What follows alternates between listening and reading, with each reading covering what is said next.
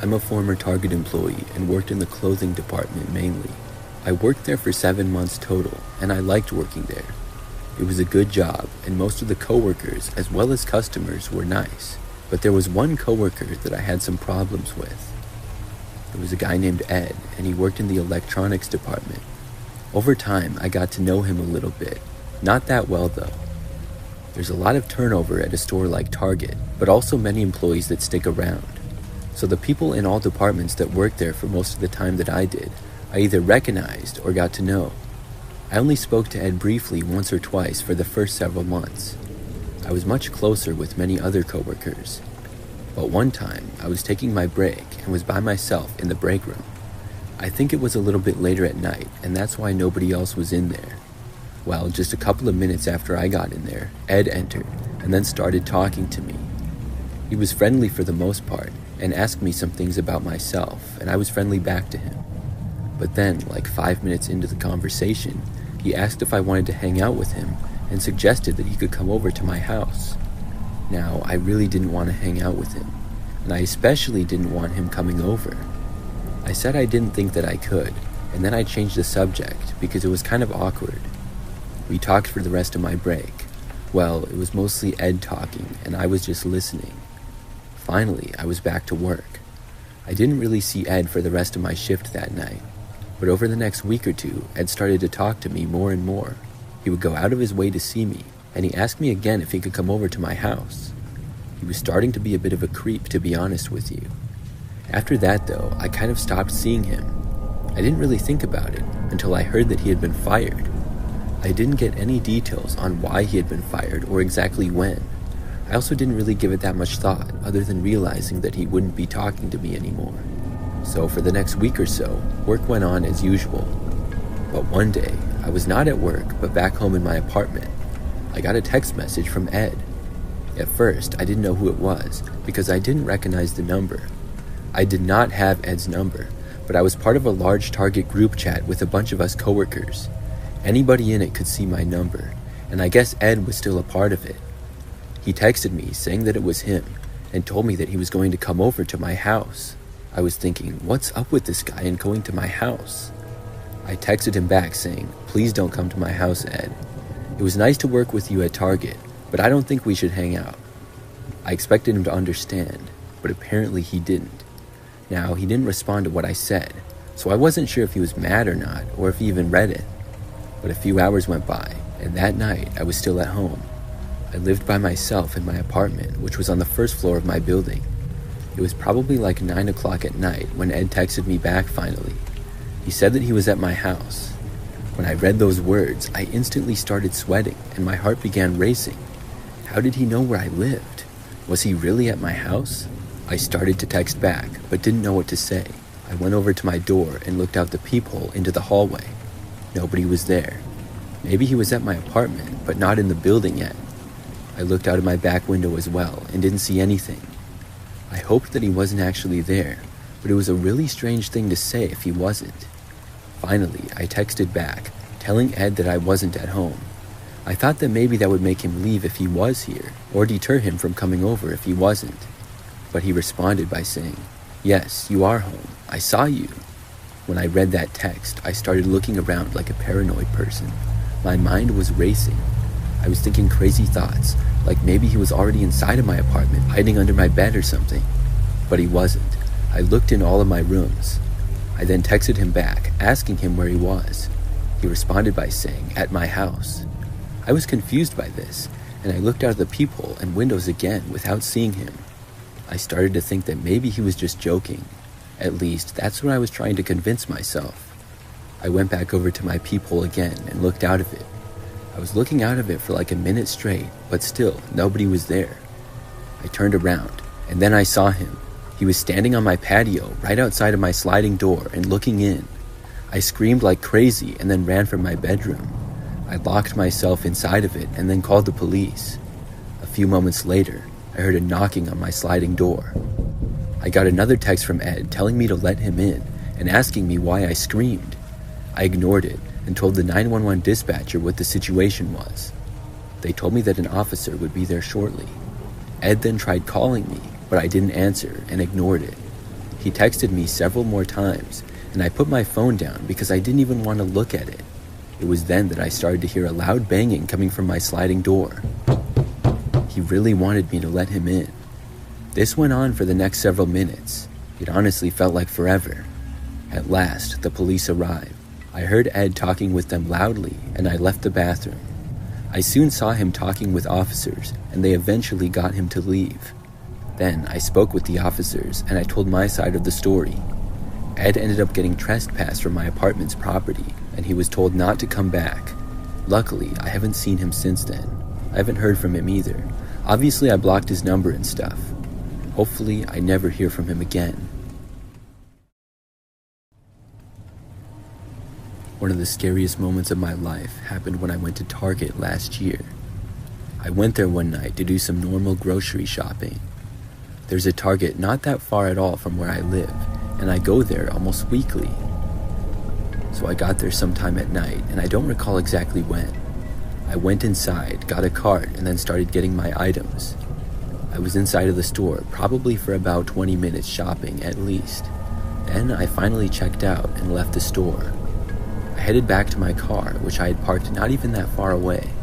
But when I arrived at my vehicle, which is a pretty normal sedan, something happened. I was behind it and about to go around and put the groceries in the back seat. That's when I saw somebody looking at me through the back window from inside my car. It was a man, and I didn't see him well at all because he ducked down less than a second after I saw him. I freaked out and left the cart there and went running back inside of the Target. After making it back inside, I dialed 911 to call the police.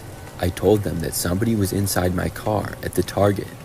Then I waited inside the store for the police to arrive. It took probably less than 5 minutes for them to get there, but in the meantime, when I was waiting, I was standing just a little ways inside of the Target near the first aisle.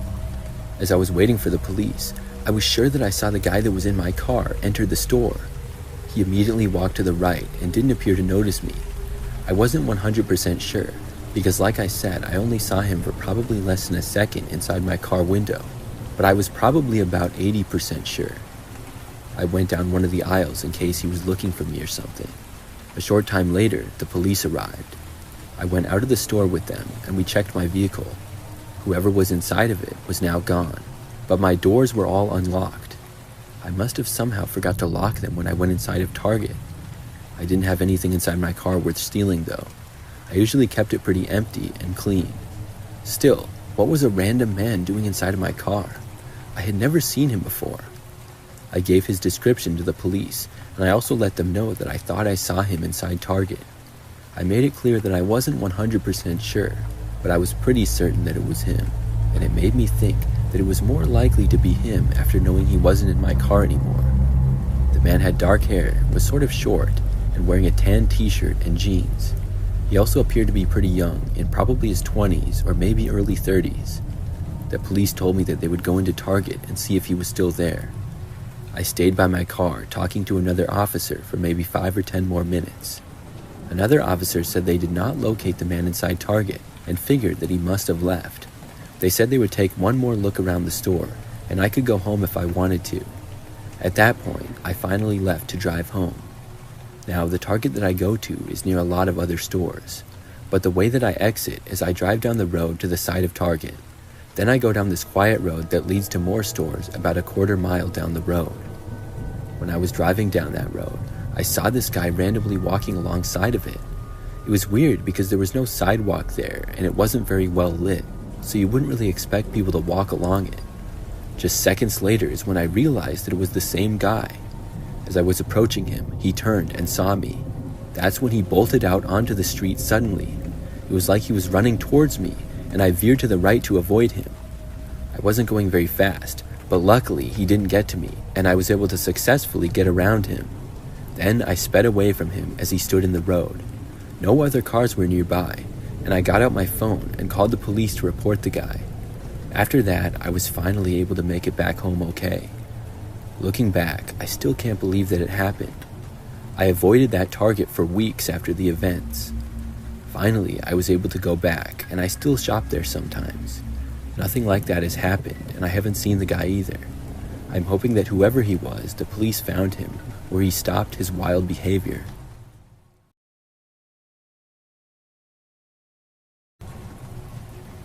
I used to work at Target a couple of years ago. I worked inside the store on the sales floor and mostly on the grocery side. During this time, I was a part-time employee and I worked maybe 20 to 30 hours a week. One night, I was working a pretty standard shift for me. It was from 4 p.m. to 10 p.m. When it started, things were kind of busy. I would move all around one side of the store and do whatever I needed to, mainly stock shelves or organize things.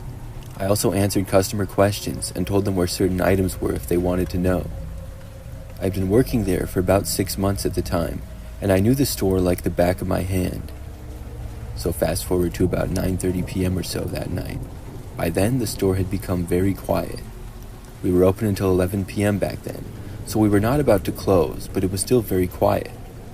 Many of my coworkers had left, and the overnight team was beginning to arrive. On the grocery side, though, it was easy to stay busy. That side always had more shoppers, so it required more attention. All of the employees at Target carry a walkie-talkie for communication. I heard somebody say my name on the walkie, and I responded to them. I wasn't sure who it was, but they told me to go to the next channel, so I did. I was used to people calling me on there, and had received several calls earlier in the night. When you got a call on the walkie, usually it was anything from taking your break to being needed in another section of the store. As I was flipping to the next channel, I was wondering who it was that was calling me. After changing channels, I announced that I was there. At first, I heard nothing at all. Then, after a few seconds, I heard this creepy-sounding laugh. It went on, and I spoke again, asking who it was that was talking to me. They didn't answer, though, and just kept laughing. Once more, I asked who it was, but was starting to suspect that it was a joke. Then they stopped laughing and said my name. It was a man speaking in a very deep voice, like he was trying to disguise it. He said that he was waiting for me in the parking lot. I laughed a little, assuming that it was somebody just messing around. After all, most of us were just about done for the night. I still couldn't figure out who it was, though. I kept working, and pretty soon was done and could clock out. I went into the employee-only area, got my things, and then left the store. Now, the parking lot was very quiet. Most of the cars belonged to employees and were parked towards the middle. Then there was my car, parked near the way back corner. It had been very busy when I arrived. So when I was walking out to my car and about halfway there, I noticed one other car parked near mine. It was a few rows over and to the left, at least 100 feet away, but the engine was running. When I reached my vehicle, it was just a few feet from it. I noticed the car starting to drive. I really wasn't thinking anything of it until it began heading in my direction. And not only that, but it started going really fast. I didn't recognize the car as belonging to anybody that I knew. It quickly drove closer, and I got inside of my car and locked the door. Then the car parked in the space next to mine, but going in the opposite direction.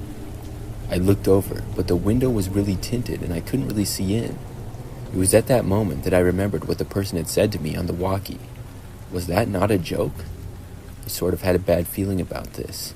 Still, I figured that I would just drive home, and I hoped that whoever this was would not follow me. As soon as I started to pull away, though, the car started driving and turned around. I then realized that's exactly what was going on. I turned and started heading back towards Target. I didn't want to drive home being followed. I drove back towards the front middle of the parking lot and closer to the store. This was where most of the other cars were parked and scattered around. I parked in between two other cars that were parked already. The car that was following me drove closer, but then parked across and a little ways back. Now it was maybe 50 feet away from me. Then I got out of my car and walked extremely fast for the entrance of Target. I looked back briefly and saw that the car was still running, but nobody got out. That made me feel a little bit better. After I made it inside Target, I saw one of my coworkers who I knew walking by, and I told him about what happened. We both decided to look and see if the car was still there. After making it to the entrance doors, we looked out and I pointed to the car. We watched it, and then something surprising happened. It pulled out of the parking space that it had backed into. Then it slowly drove up the aisle and out of sight. The car had finally left. I then left Target once more and headed for my vehicle. I walked quickly and made it inside. Then I started the engine and backed out. But after I backed out, I was going to drive down the normal way that I usually left. But it was then that I saw a car in the far distance coming from the corner of the parking lot opposite to me. It It was headed in my direction, and I was pretty sure that it was the same car. I scrambled to turn my car to face the other direction. The car was still really far away from me, but it was getting closer. Then I quickly drove out of the lesser-used back exit of Target. This road led to another quieter road that went behind another store that was nearby. I think that it was a sporting goods store, and after I went on the road, I went into the parking lot. From there, I drove all the way around the sporting goods store and parked on the side of it. I knew that the car following me would have no way of knowing that I was there. It probably assumed that I just tried to get back on the highway. I waited there, just hoping that I would not see headlights coming around the corner. Several minutes went by, and thankfully, I didn't. Then, I was finally able to leave and go home. After that experience, nothing like that happened while working at Target. I don't know who it was that was talking to me that night on the walkie. It was very possible to get on our frequency, even if you were in the parking lot. I just don't know who would do it, or why.